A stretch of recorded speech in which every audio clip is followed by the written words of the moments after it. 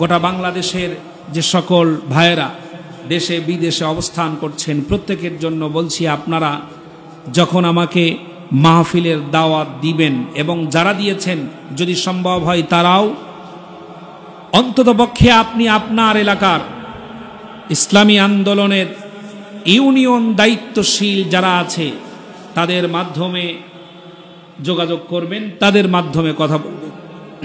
একা একা মাহফিলের কোনো দাওয়াত না দিয়ে ইসলামী আন্দোলনের যে কোনো দায়িত্বশীলের কাছে গিয়ে দায়িত্বশীলের মাধ্যমে মাহফিলের দাওয়াত দিবেন।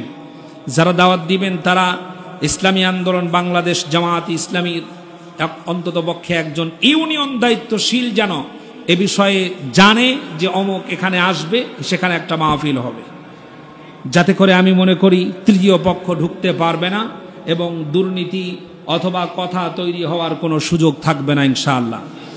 মাহফিল চলবে, কিন্তু এটাতে ইসলামী আন্দোলন শরীক থাক, এটা আমি চাই।